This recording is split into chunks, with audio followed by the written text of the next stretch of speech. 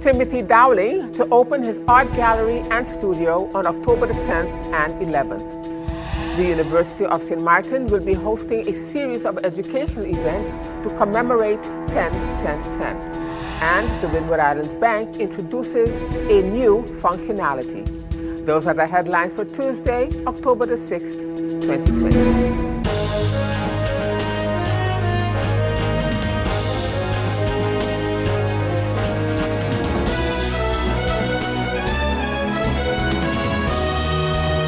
Good evening, viewers. This is SXM Daily News, and I am Valerie Van Putten. Thank you so much for joining me this evening. And as usual, we have a full newscast for you this evening, so let's get started. In our first story, the Windward Islands Bank, our partners in progress, has launched their contactless Bancomático smart card. If you've been watching the TV commercial, you would know that it has already been in use in Curaçao.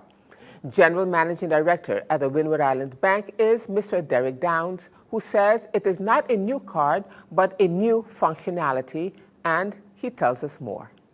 It's not a new card, it's a new functionality, if you would like to put it that way. As you know, with COVID, the focus on the technology and especially on having less contact has become more of a focus, more of a request, as it were. As you try to minimize the contact between persons. And we have been able to introduce the contactless payment ability. So your ATM card, it will have a sign on it, like the Wi-Fi signal. Right. It's in green. And once your card has that, you can use it to make transactions without actually inserting the card or swiping the card at the POS terminal. And what we did, we changed the terminals at many of our merchants to be able to have this functionality, so that you can just tap and move. We don't need a new card for this. No. We can use the same old card that we've been using. Yes, once your card has the little logo, if you want to call it, on it, right, your card will be able to work. And not only that, it will work worldwide. Worldwide. Wherever that sign is, wherever the Maestro sign is, it will work worldwide. Mr. Downs, but I understand that there is a limit. Yes. Which is 100 guilders? Yes. If we go international or worldwide, what would be our limit then? The limit is still 100 guilders. Let me explain the limit. Obviously, because you're just tapping and moving and you're not putting in a PIN code, your card could be stolen, or your card can get lost and someone can find it, and they don't need to identify themselves. They can just beep and get a transaction happen. So that is one of the first reasons why the limit is introduced, for security purposes. So this 100 guilder limit applies wherever you are in the world. So you can only do transactions up to 100 guilders consecutively, right, with the tap and go feature. Once you reach that limit, you have to use your PIN next time.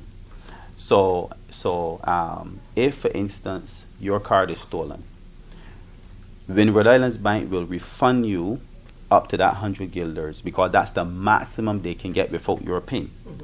So once that reaches, the next transaction will call for your PIN, so that if they don't know the PIN, they can't get any more money. And we will refund you up to 45 days of you letting us know that this thing happened, that your card has been stolen. Another important thing about the feature, once the tap and go feature is used, you will receive an email right away telling you that this transaction took place at this time at this location. So if you receive an email and it isn't you, you can report it right away. So we will be able to block your card or investigate, to make sure that indeed, as you said, it is as you said. And we will have more with Mr. Derek Downs of the Windward Islands Bank in tomorrow's edition of SXM Daily News. And in other news at this time, 10-10-10 will be observed on Saturday, October the 10th. However, leading up to the 10th anniversary of the dismantling of the Netherlands Antilles and St. Martin attaining its country status within the Kingdom of the Netherlands, The University of St. Martin, USM, will be hosting a series of educational events, so says President of the USM, Dr. Antonio Carmona Baez. The first in a series of 2 educational forums is set to take place in a virtual setting on Thursday, October the 8th, starting at 9 a.m. This will be held in the form of a webinar in conjunction with the Dutch section of the International Commission of Jurists under the theme Human Rights in the Dutch Caribbean, 10 years after 10-10-10. Speaking to the Voice of St. Martin's newsroom, the USM president provided more information. In the run-up to the 10th anniversary of the dismantling of the Netherlands Antilles and the 10th anniversary of St. Martin receiving its country status, its autonomous country status within the Kingdom of the Netherlands, the University of St. Martin is planning 2 activities for critical reflection. The first is in collaboration with the Dutch section of the International Commission of Jurists, and that webinar entitled Human Rights in the Dutch Caribbean, 10 years after 10-10-10, is organized with Dr. Dafina Michelen, Assistant Professor of Human Rights at the University of Rotterdam Institute of Social Sciences in The Hague, and also lawyer and social activist Ms. Lisan Delgado. That will be held on Thursday, the 8th of October, starting at 9 a.m. And that will be broadcasted via Zoom through Facebook and our YouTube channels. The second activity is a series, we'd say a podcast-type webinar on 10-10-10, a reflection on our constitutional journey. As we all know, this Saturday will mark 10 years since the disintegration of the Netherlands Antilles, whereby St. Martin received its country status. And USM will co-sponsor, together with the Mele Group, a moment or moments of reflection, critical reflection, on what 10-10 was all about. The idea is to create this space for reflection, and this was initiated back in January prior to the outbreak of the COVID-19 pandemic.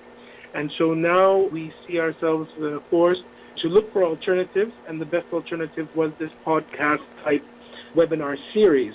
We have been planning with a committee consisting of concerned citizens who who thought that the 10th anniversary of 10-10-10 should not go unnoticed, nor without critical reflection. The members of the committee are former Minister Plenipotentiary to The Hague and former Minister of Education, Jurien Wouter, political scientist Julio Romney, sociologist and co-speaker of the St. Martin Anti-Poverty Platform, Mr. Raymond Jasseroen, Senior Advisor to the Department of International Relations, Mr. Patrice Gums, Ms. Makisha Brooks, and historian Ms. Carla Vaughan. And ahead of the transfer of care to the new Storm Resilient Auxiliary Care Facility, ACF, St. Martin Medical Center gave a tour to the Honorable Prime Minister of St. Martin, Sylvia Jacobs, the Minister of Public Health, Social Development and Labor, VSA, Richard Panafleck, and the Inspectorate of Health, Dr. Earl Best, on Monday, October the 5th. The off-premises ACF features 16 beds, of which 6 are ICU and 10 are medium care. Of the 10 medium care beds, 4 are in complete isolation and segregation and are intended for suspected COVID-19 patients who are awaiting PCR results. In the event of a surge in COVID-19 related hospitalizations, St. Martin Medical Center has an additional isolation capacity of 11 beds within the hospital. The ACF was created by welding specially medically outfitted containers, hospitainers, donated by the Dutch Ministry of Health, and shipping containers together and securely anchoring them to a solid concrete foundation. The containers are all connected by way of a one-way hallway with sealed doors between each section. The main hallway in the ACF connecting all rooms is outfitted with vents that allow fresh air in while purifying the air inside using a HEPA filter before releasing it back into the environment as clean, virus-free air. The entire facility is covered by one roof as additional temperature control. In the event that a storm or hurricane poses a direct threat to St. Martin, COVID-19 patients will be transferred to the St. Martin Medical Center. Non-COVID-19 patients may be evacuated to an approved nearby facility or airlifted to a hospital within the Dutch Kingdom if needed. The project to make St. Martin Medical Center COVID-19 facilities more storm resilient was made possible in part by funds from the St. Martin Recovery, Reconstruction and Resilience Trust Fund, funded by the Netherlands and managed by the World Bank. St. Martin Medical Center extends its gratitude to its employees, the government of St. Martin, the Dutch Ministry of VWS, the World Bank, and the AMI team for all of their contributions towards the health and well-being of the people of St. Martin. St. Martin Medical Center urges persons experiencing symptoms of COVID-19, such as fever or chills, cough, shortness of breath or difficulty breathing, fatigue, muscle or body aches, headaches, loss of taste or smell, sore throat, congestion or runny nose, nausea or vomiting and diarrhea to call the house doctor or contact the CPS hotline at 914 or 542-1122, 542-1222.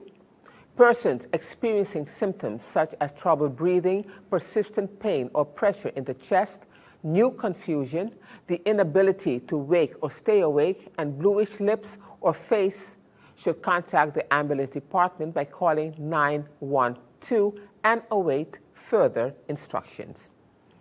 And still to come, President Gibbs announces road network repairs and sets rules with works operators. I'll have the details to that story and more when SXM Daily News returns.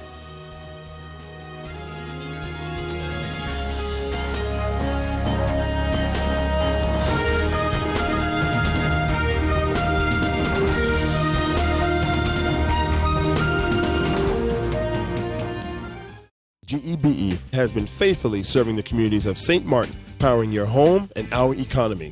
Come rain or shine, our qualified team of professionals are working hard 24 hours a day to provide you and your family with safe, reliable electricity and water.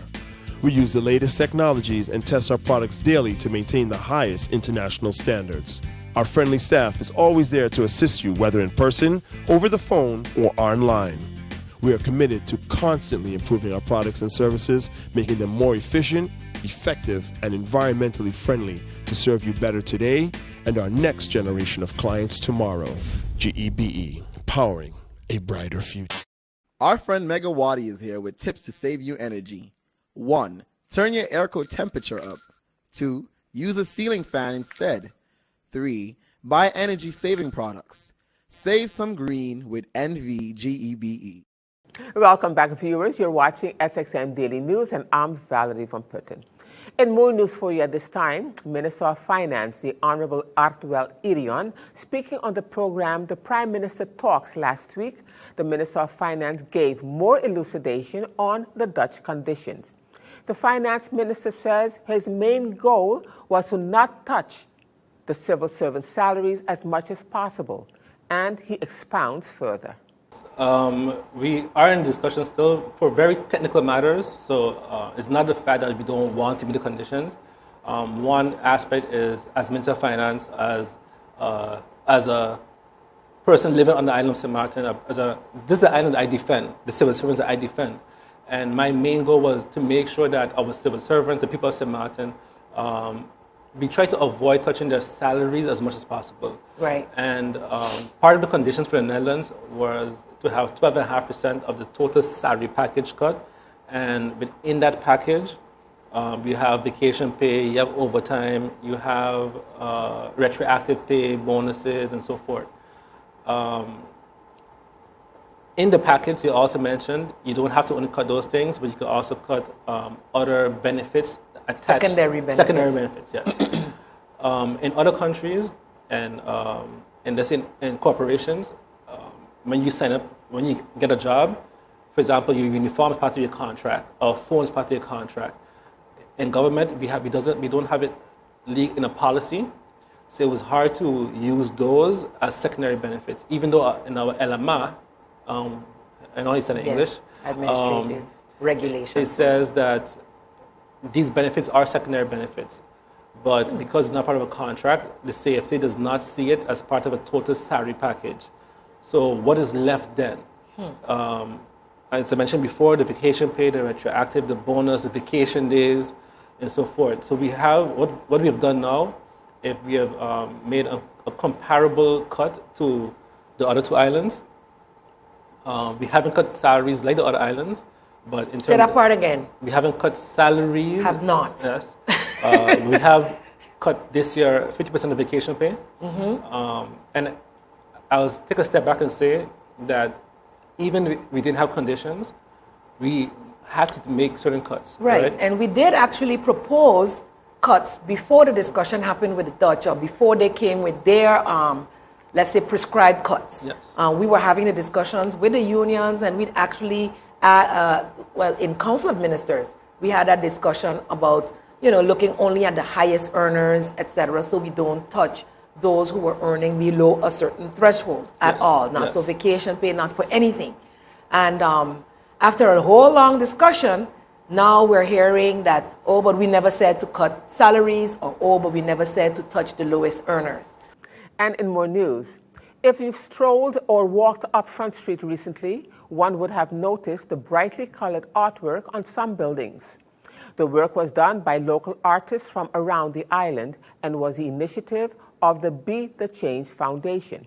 One of the local artists, Timothy Dowling, who has been working on opening his gallery since before we were hit by COVID-19 pandemic earlier this year, will be opening his art gallery and studio on Saturday upcoming October the 10th and Sunday upcoming October the 11th. Speaking to our news department, Mr. Dowling told us what visitors can expect. Talk to us some more about the gallery and what we can expect on Saturday. And why did you choose Saturday, the 10th of October? I don't have it's not any significant date to me, but it's our constitutional day. Oh, is it? Yeah. The 10th of October? Yep, okay, it's actually the 10th and 11th, but that's, I guess some people have some more time in their hands, which is good. So, there's no meaning behind it, but it's actually the 10th and the 11th, and I used both days because, and the gallery, I think openings are just set at night, so I wanted to have it in the daytime, and so it's 11 o'clock in the morning until 4 p.m. in the evening or afternoon, and it's on both days, and I kept it like that because of because of COVID. I just wanted to have enough room and space so that people can come in and don't feel overwhelmed with too many people in one space, because the gallery space is not that big, so it's going to be 5 people max in the so they have to wait outside. Right. Yeah, if there's too many people inside, so 5 max, and you have to wear a mask and sanitize your hands, and it's all trying to keep inside of the guidelines. Yeah. So. Okay. Now, after the opening, the 10th and the 11th, during the week, will you be opening, and will it be in the daytime, the evening? Yeah. How that's going to work? So after the opening, I'll just be there from, I think, I have to check the hours, but probably from 12 in the afternoon until 6 p.m. I'm going to have my classes, but I'll be there. So, or you can call me, make an appointment. Okay. Yeah. And SXM Daily News will have more with artist Timothy Dowling in tomorrow's broadcast. And now in news out of French Saint Martin, at the end of the September 2020, President of the Collectivité on French Saint Martin, Mr. Daniel Gibbs, brought together the work operators working on the Saint Martin road network as part of the burying of the electrical networks, optical fiber, and the rehabilitation of water networks and sanitation launched by the Team Gibbs mandate after Hurricane Irma.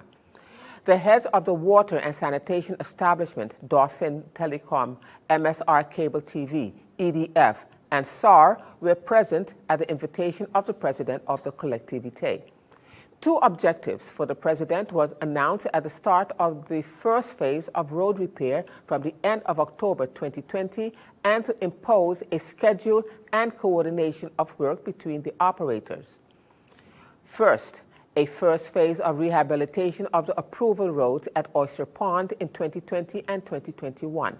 The community is preparing to launch its 2020-2021 program to renovate the main roads axes running from the Agremont border to Oyster Pond.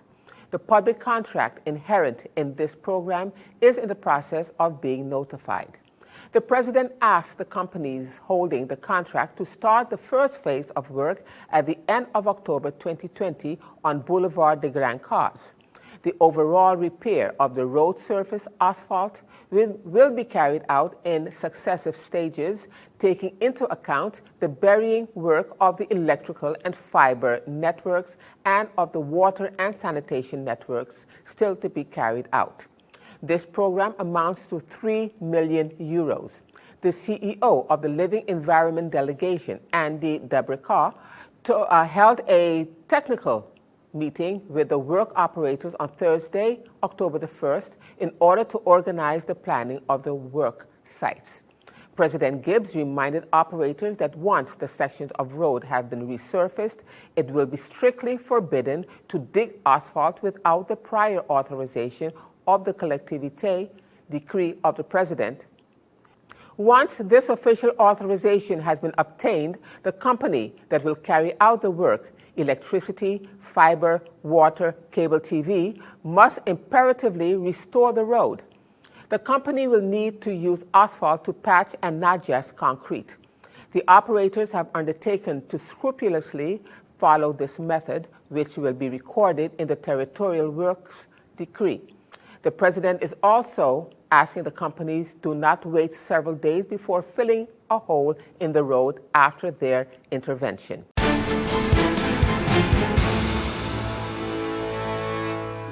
And now turning to our weather forecast for October the 6th, 2020. A mid to upper level trough will increase the probability of showers across the region. Meanwhile, the Atlantic high pressure ridge is generating lighter winds. Marine conditions will remain slight to moderate for the next few days. Delta has been upgraded to a major hurricane as it continues to move further away from St. Martin. This system does not pose a threat to the island. So the outlook through Thursday midday, partly cloudy with local showers possible.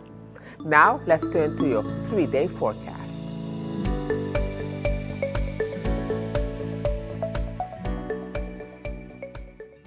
And still to come, MP for the U.S. party wants to know if the union supports the position of Parliament to seek alternative funding if need be. I'll have the details of that story and more with SXM Daily News. Make use of WIB mobile banking with easy access and direct usage of face recognition,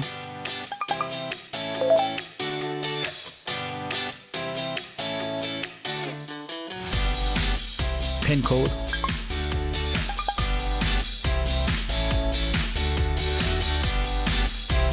or fingerprint. Download WIB mobile banking app and make your transaction from anywhere at any time.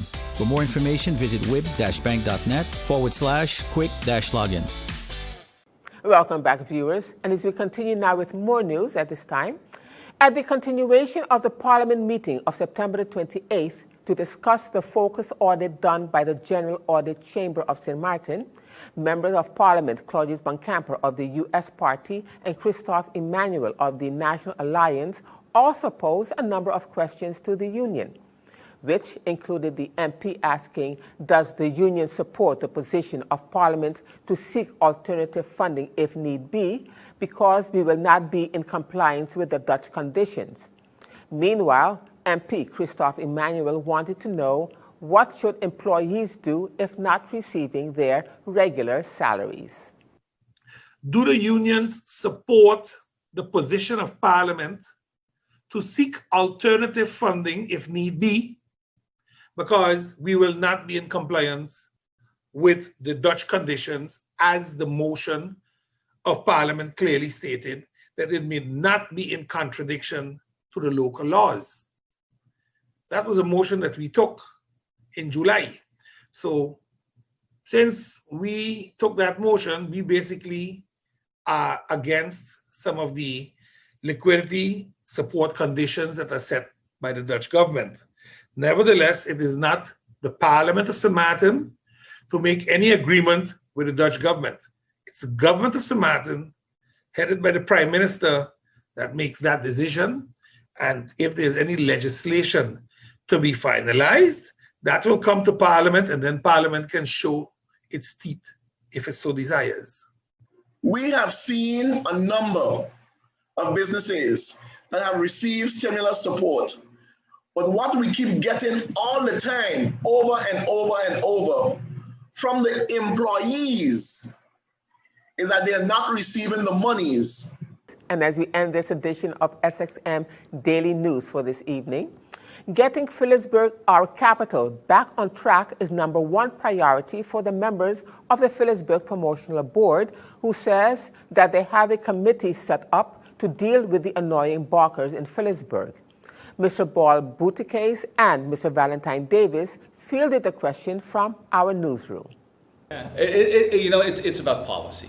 And I think there should be a policy that their barkers are not allowed. And that's the end of it, and basically, I think, and that's what Val also touched base on, your shop, the front of your shop should look so good that people just want to come. Exactly. Yeah. And for that, we can give you maybe some more tips or guidelines of things to do. If everybody's staring at the door like this, and you got like 10 staff members staring at you, you probably will not walk inside feeling comfortable that you can just browse on your own. I think a lot of people first would like to just go into a store, browse around, and little bit for themselves see what they're into, and then you can try to hook them in.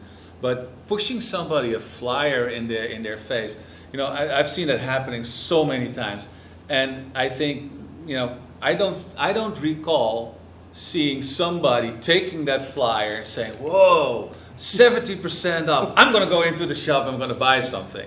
So I don't think how it's working. It's like almost forcing people to go into your shop. It's not hospitality. It's not how it should be. And honestly, if you ask me, I think it should just be banned. That we're not doing that. That's it. You feel intimidated. You feel intimidated. You get them, come inside. Come inside. Absolutely. Like, it is. When I'm ready, I will come inside. Yeah, it does affect. And it has stopped people before the pandemic to come to Phillipsburg. Yeah. Exactly. And they say, you know what? I not want to go. I get harassed. Yes. I think if harassment should be fined heavily. Don't harass people. Let them there. If you want to sell creams for $1,000 a jar, that's your business. Fine, do it. But don't have aggressive people try to put you in that store, because then I think you're stepping on a boundary. Because then eventually everybody must do something like that. Otherwise, it's not fair. So let's just stop that. Just make that a no-no. Because you find a lot of people don't want to be around there. Yeah. So the innocent stores that may be able to invite persons in, they lose on it also, because everybody just wants to get away from that particular area. So it has its up maybe for that particular store, but at the same time for the entire area, it becomes a negativity. Yeah. And the entire interview with the Phillipsburg Promotional Board can be heard on Sunday at 2 p.m. on the Voice of St. Martin Radio, PJD2 1300 AM and PJD3 102.7 FM with yours truly, Valerie Van Putten. And with that, viewers, we've come to the end of this edition of SXM Daily News. I am Valerie Van Putten, thanking you so much for joining me this evening. And just a reminder that this and other programs are available online. Simply log on to stmartinmediacenter.com for viewing.